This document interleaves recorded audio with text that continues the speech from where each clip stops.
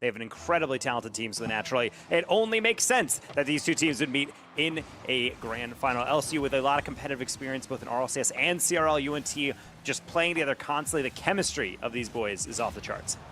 This is also a squad, I believe, that took down and took on what was the kind of the larger thorn in the side of LCU just a little bit ago in group stage play, because you had to deal with UTA that was coming out. So now that they're out of the way, Eagles will be taking on Westerners. We go to a best of 7 to figure out who will have that auto bid to represent their state. One of the largest, if you don't talk to Alaskans, but Schmacked will shut me up and get us up as we go 1-0.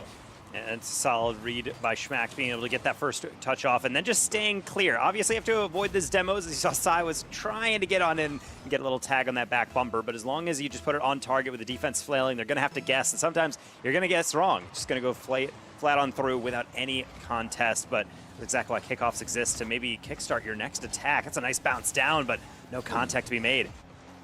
Trying to be able to skid this one along, maybe one of those question mark style goals if it would have been, but no, the immediacy of Schmacked. And this is definitely one of those players that we've seen for a hot minute here, Taco. This immediate poke, it gets Electro Wave to turn, but because they did, they as the third man were the last bastion of hope, and everyone else was still retreating. It's also a really good job to be able to follow through for the demo, because as you mentioned, it really does distract the defense. It pops it up, which is not necessarily an error, but the problem is that half-second delay leads to that player immediately challenging it, getting an open shot. Speaking of open, that's going to be a demo, but I don't think they realized that. They were so focused on the power, they didn't go for the accuracy. Schmack can't show him how it's done either, though, because he lacks the opposite trait.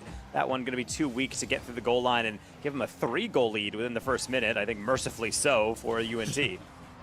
Yeah, that would have been a D&D Barbarian swing, and all the D12 going massive power. Unfortunately, they want something between the bars, and that's still yet to be seen. It is still our opening game, a best of 7. The first couple, they can be a little bit loose. See that wombo combo between at least a couple players as they try to run the course up into greener grasses and territory against the Eagles. Look at the bullying that's been happening. They've been sweeping that goal line. They had that initial demo just a little bit before. They're trying to open things up, and they're chasing them again, but I feel like LCU has now become keen to it. And the biggest thing from LCU that you have to watch out for is the dynamic duo, more or less, of Processed and Schmacked, as they are listed as Napoleon in this roster. And I just realized Process Love's changed up the roster name, but that is indeed him. And they are been at Lubbock Christian for a while. Used to have Dribs as their third. Nasirium is a newer recruit, I believe a sophomore this year, and he's looked phenomenal to be able to fit into this team, getting them into top 16 a couple times, even top 12 within the Rocket or CRL qualifiers. So definitely a dangerous team all around. I think UNT is kind of feeling that. You can sense that they're feeling a little catch up right now for a lot of these reads as they're chasing it across. Yeah, but they are forcing it to become at least a difficult read overall when they are dividing between them. So it's not exactly just clear traffic, expressways lined and open. Nasirium hoping to follow what was a setup to their own backboard. So LCU, they got their first couple. And after we settle into a game, generally you start seeing what is the free flow, the regular pattern of effort and execution from his team. And UNT has kind of stabilized the bleeding. Now they are getting outright challenged, and some of those are dropping to the top of that third, trying to just get some, some bait and flick, a team bump, and now the Eagles begin to press forward as they look for their first goal. They come up short. Yeah, man, they really have to hate this, and you have to wonder, maybe in the patch notes they thought the goal was a little bit wider. A couple times now they've hit it in the right side of the goal, just a bit wide, and they had the clear path, albeit maybe not with the most direct approach to the read, and all those misses are really going to add up, not obviously on the scoreline, but certainly in their thoughts as this game is getting further and further away from their control. Final 2 minutes, and it might have another one if he had his way. Schmack not able to truly wrap around that. Ooh, and then getting caught outside of their regular pickup. So, but everyone is actually pressed up. This is a chance for a counter if they can. No, gonna go for the flick pass. Have to get it around Schmack, but Schmack is all keyed in, locked in as well. And then you have one man respawning the other side of the pitch. They're waiting to see the whites of the eyes through the windshield. Awkward moments here for the Eagles as they have to retreat and go back to the nest as they flock up and down this pitch. One solid challenge. It's gonna be Schmacked with a hat trick as that goes top shelf. And it's a really solidly done hat trick because it is all just about positioning. He's lingering back. He notices Sai takes that light touch. And again, not a mistake by Sai. I know exactly what he's going for. He doesn't want to just hit it into the midfield. But Schmack is playing so far back that it looks safe to get the soft touch. As soon as it goes down, Schmack understands there's a brief window. I can dive on it. He's a smart player. It's why he has these goals. And Electro Wave, he's an alert player. It's why he has this kickoff. Yeah, he's been actually kind of that third man position a time or two whenever some of these plays up for LCU have really been able to hit into better motions. But this time around, he knows that he's not just going to be left on that island. He has to take away the ability for LCU to execute first. That's definitely been kind of their modicum. Can they force this to happen early? They go as a three-man sweep. Is looking very rugby style out there. But that means everyone's also loose for boost. Can they be able to immediately get one the other direction? They keep it low, and Nicerium we'll get a fourth. I mentioned Nicerium, he's the younger lad on this roster, but this is a veteran move. Being able to go up, threaten that flip reset, it freezes the defense just enough, and then even more so messes with their mind by hitting it light and immediately diving past the read just specifically to block the only clear lane. Really well developed. I mean, even when they hit, it's like 16, everyone's like, you're unk mode, you're about to get too old. So veteranship shows up in many forms, but I'm glad to see that there's also going to be a depth continuing here for LCU, especially with Schmacked leading the charge here in game number 1, and then everyone else soon to follow. Double commit, and that actually gets in the way of the would-be shot. You're going to leave one man on an island. That is Sail trying to find something with it, a flip reset pass play. Nicerium was hoping to get there. Napoleon be the process, or just trust in the process. Smacked was looming, but this one will stay just weird in that forward third and onward. Process is going to try and slow things down, just hand one off to Schmacked again to be able to send that one high. More than dealt with by UNT, but the biggest thing is that, yes, they can get comfortable with the pacing, but this game 1 really slipped away for them. And I think at the end of this game, maybe, yeah, calm, get one more goal, get the confidence up going into game number 2, but I think the bigger conversation really has to be, we can't just keep stretching our rotations around and trying desperately to leap at these balls. We have to get ahead of the play, and that's asking quite a lot out of a team like LCU. We mentioned their placements earlier, and right now they're trying to get the best placement of their season, a spot into Texas, and Nicerium, he just wants some more stats. Yeah, they're going to turn this into a 5th and turn it into an exclamation point here for a very stellar game number 1. And I mean, as the Texas qualifier, if you don't make it to Texas, you get kicked out of Texas? Do they have to leave? Yeah, it's the cutthroat nature of collegiate esports. I don't agree with it, but these teams all signed a waiver, and they have to deal with the consequences. And I don't think UNT likes that going down too bitter, so they're going to try to sweeten things up, make a more saccharine game 2 for themselves. And I think part of that really has to come down to just keeping the rotation tight and making sure everybody is fully confident going for every read. I do feel that if the Eagles are able to at least keep this one feisty and upfield against LCU, they're going to find it to be a much more difficult time to get some of the early attacks that just manifested with open space. Looking for an undercarriage, trying to collect all 4 tires to it and maybe force a dunk. No dice. This one, it does find its way forward with Pajama Lama and that extending follow. It seems like Sail's hoping that one drops into the zone. He can just kind of catch it. Not really creating their own offense, and that allows this possession to go to LCU. There's nothing wrong about necessarily waiting for a team to be able to make a mistake or get a weak touch, but it doesn't look like LCU is really that interested in doing that right now. They're hitting the ball, even if in open space, something that still requires UNT to be a bit more tactful for. That's a good setup and speed. In fact, a really difficult read, and yet Schmack makes it look so easy. Pass one on the sideline, or I spoke too soon, off the ceiling. That's a really awkward bounce for Process to deal with, so he's not going to. Hands it off to his teammate to deal with. Nicerium actually taking a very smart play. Wise decision. They go low again. Process he didn't realize how close that ball was, and Nicerium is just kind of, wagging a finger like, hey man, pick this one up. Well, it goes right back to it. Schmack looking to add to the collection, and they know they've got to key up 2 defenders just to slow their roll. Sail hoping to sail away, and they do. This one comes back upfield, and we go back to Boomer Ball. Schmack tried to take that one down, immediately pay for his insolence. How dare he think he can dribble out of his net like that? But again, not any harm done to the goal, especially with touches like that. As well on UNT's side, and the setup. Pajama Llama not out of boost, but they're not taking any chances. Look, the immediate challenge from LCU and the follow-up to be able to get it back to mid. They also have a 2-1 that's going to be coming up from the ceiling. They have a flip reset, didn't quite get back to the ball. Napoleon's going to be looking for another way to get there. Nicerium is at the top of the box. He's going to try and collect this, go right back to it. This has happened twice. They bring it from the floor. Good collection, a fantastic dribble. It takes the narrowest of angles for that defender to be able to get a piece and at least keep them from completing the run. But look at Process stepping up again, and look how desperately, even though the hand goes up and they're getting the blocks, it feels like they're under the foot of LCU. And that's the difficult part with LCU is that they're very patient to be able to say, okay, we're going to get a lot of shots, but we're going to back off just enough sometimes to make you feel like, oh, I finally have space for a clear. And then once the clear goes in, it goes right back into their clutches. Speaking of, that's another awkward angle for a shot, and so awkward they're not able to fully fit it between the posts. How about the next effort, back post shot, 2 in the net, but neither did get a single pixel on that one. It was crazy because they knew LCU was coming, and yet the speed of being able to just get this shot off was huge. Schmacked immediately getting it over to Nicerium, who said, yo, you see me? I am going to sprint at this next one and put power towards the post. They were both there, just couldn't quite find the angle in the gap, and it was Nicerium that could. Schmack, though, will get one as they give their life from the kickoff. Man, stuff like this hurts so much. You give up a goal after all that resistance, obviously going much better, at least based on goals per minute from UNT, but then right off the kickoff, it doubles up. You have to roll your eyes and say, all right, well, we started off really well, and now suddenly we're in this hole out of nowhere. 2 goals in practically 5 seconds, and now you have to wonder what UNT has in store. They have 1 goal so far this series, and maybe this is a second flip reset with a demo. Just not enough power to beat out that back post. It looks like the Eagles are trying so much to be able to do off-ball play just to open those gaps, which is totally fine. If you can do that at that speed, you're expending a lot of boost to exert some of that extra effort. That curricular activity can be able to pay off in a big way. What a read to shut that one down. Schmack gets right in the way of the would-be shooter. A double commit. They bump their own teammate. He does recover from ceiling, and yet as you have an overextend now by Pajama Llama, everyone's going to be short on boost save 1. That's Sail, and they're starting to at least fly away between a couple of would-be attackers. But LCU has done some damage that may be irreparable for UNT to be able to return from, especially as they're looking for a third immediately. And I like how every single play from LCU, even if it's not going on target or necessarily going to get past the defender, they're always near the ball. And you can see UNT hesitate for just a half second because they're saying, well, I might be able to hit this first, but I don't really know if that 50 is going to go my way. I don't really know exactly where I want to put this, and I think LCU know exactly where to put this one, right down the middle. All 3 players involved. The pass with a bump combo.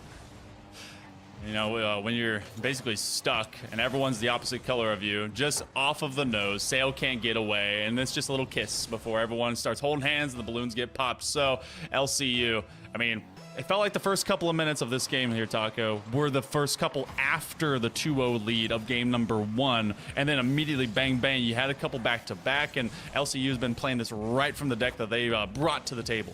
It's a difficult situation, especially for teams when you are playing fairly well and you're not really giving up too many shots, not too many goals, defense is holding, and then if you give up a goal, maybe you give up another off kickoff, and then suddenly you go from a psychology of, well, that was working earlier, let's just keep going and iterating on it. Instead, you start to get a little desperate, and I think that's why you see some more goals go in oftentimes against these lesser experienced squads, where I think the anxiety of the situation gets to you. You drive forward when you maybe have some time to kill, and suddenly you're giving away some easy goals. Meanwhile, LCU seem entirely unperturbed on their goal line, even when they're passing to each other.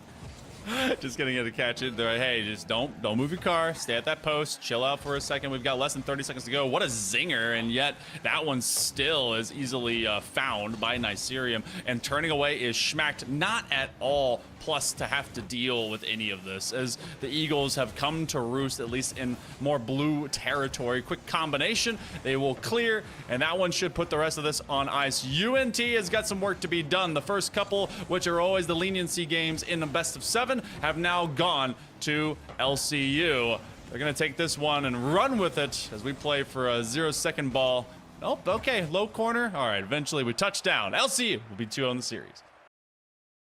That's really where LCU has had a lot less urgency and earnesty to have to score immediately, because everything's been kind of desperation mode for UNT.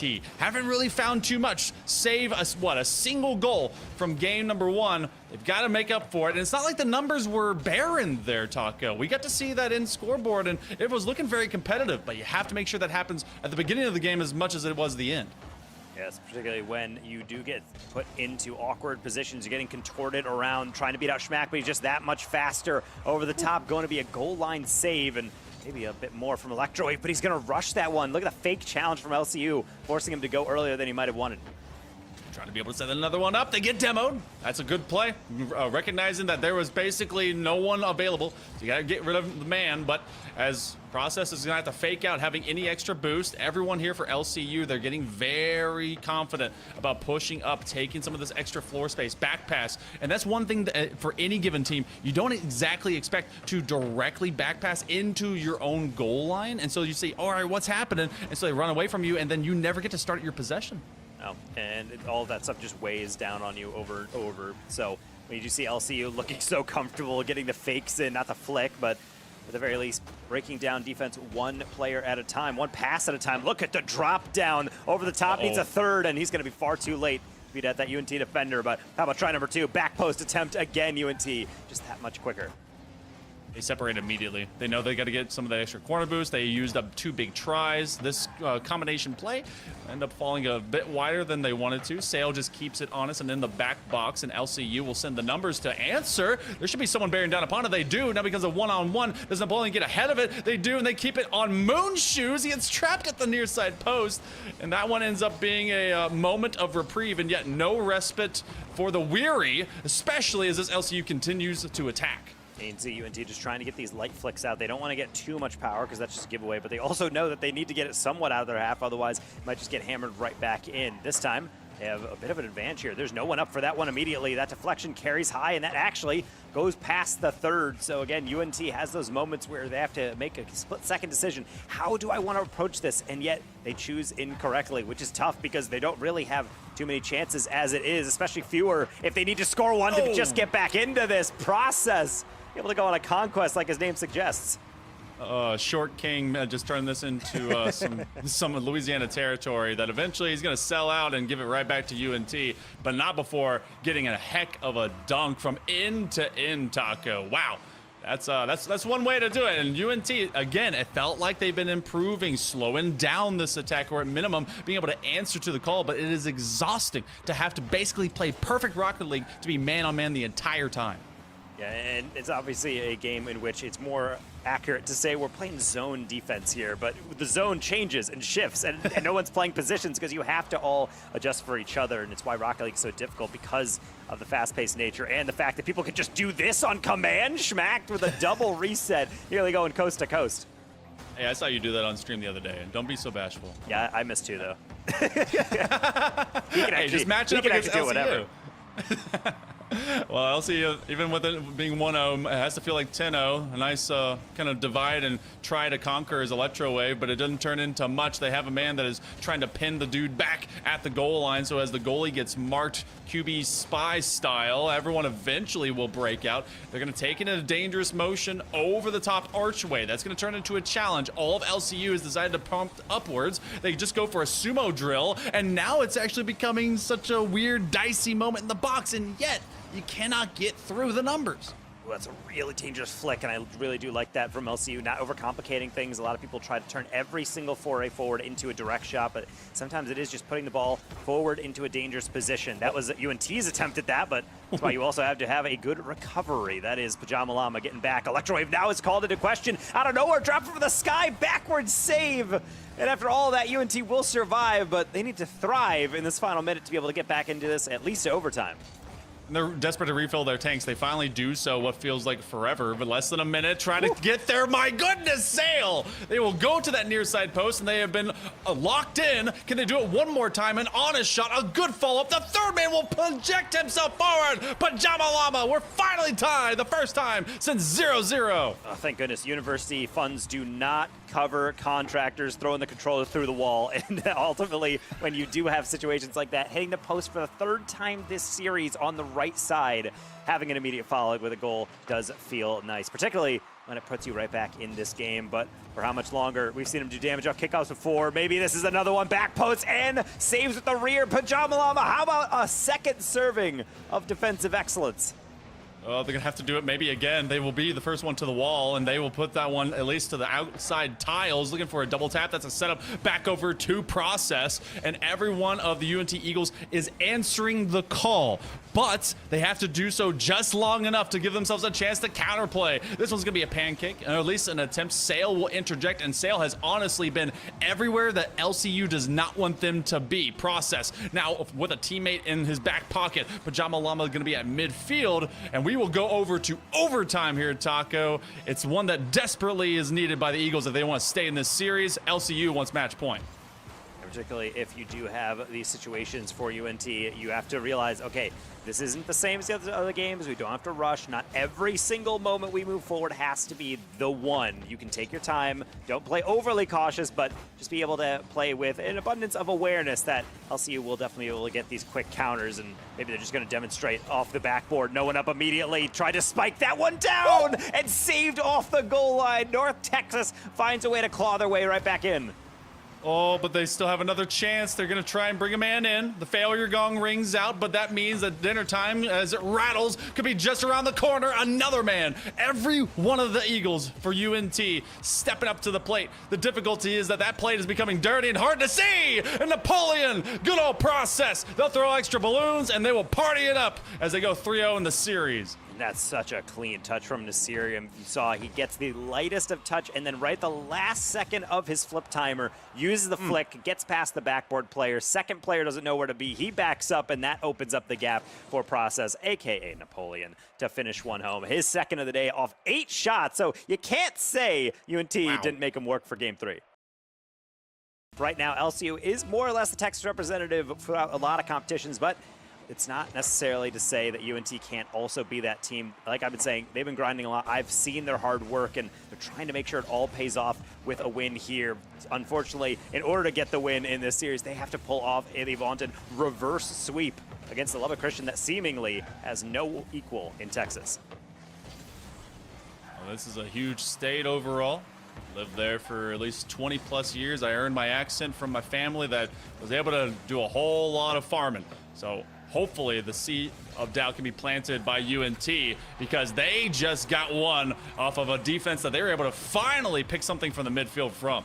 Excellent touch here as we see Electro Wave get across this one, and it's so tempting to get a catch there, but I think he understands he's got no boost. There's not really anything he can do with that. Just get around it and give it a single jump, and that should be enough pace to get through, and it looks like his calculations were correct. Oh no, though, off the kickoff. We've seen it happen before. We do have a player in the back post. That's Process. He has it on target and just a little off, enough for the post to assist.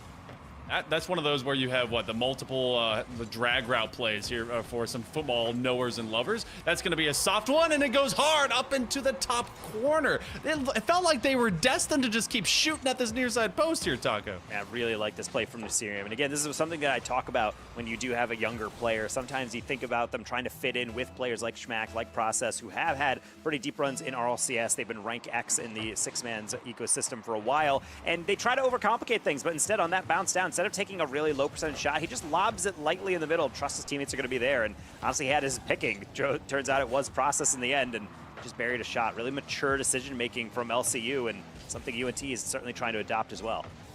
3-part cocktail of how to play Rocket League: mechs, motions, and some good old trust, which I guess maybe goes in the second category. I don't know. I barely have any of the other. So as we get UNT through the first 80 seconds, trading blows, and they found first purchase against LCU, have to deal with the ramifications and the echoes that they will continue to fight, and they will continue to have these shots just be brought to their door. That's going to go out to midfield.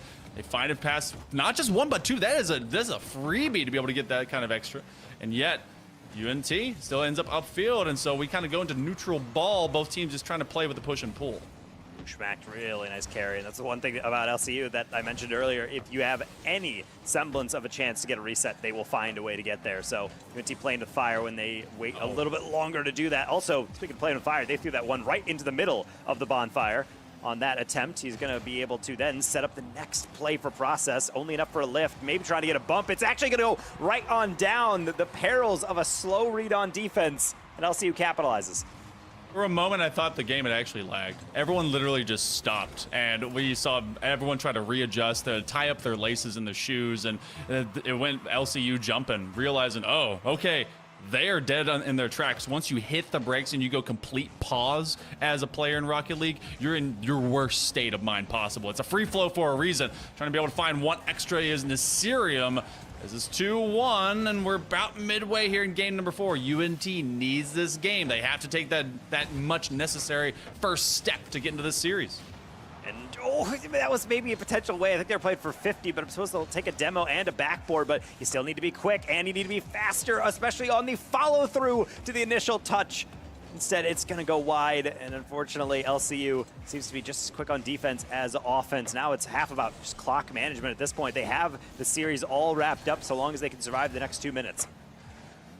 This catch here from the backboard. LCU, they have everything in their hands. They don't really have to rush anything. Now, obviously, 2-goal lead is better than just the 1. Still, though, it's about the same no matter how you cut it. UNT, they will take this one as everyone goes aiming for some at least interjection between that possession. That one will fall away because they didn't have much boost to adjust. Sailing a one-on-one. Can he make this happen sooner? No. And that's exactly what Schmack will take advantage of. Third man will progress, and that'll be a killer. Pajama Llama. We'll be tied at 2.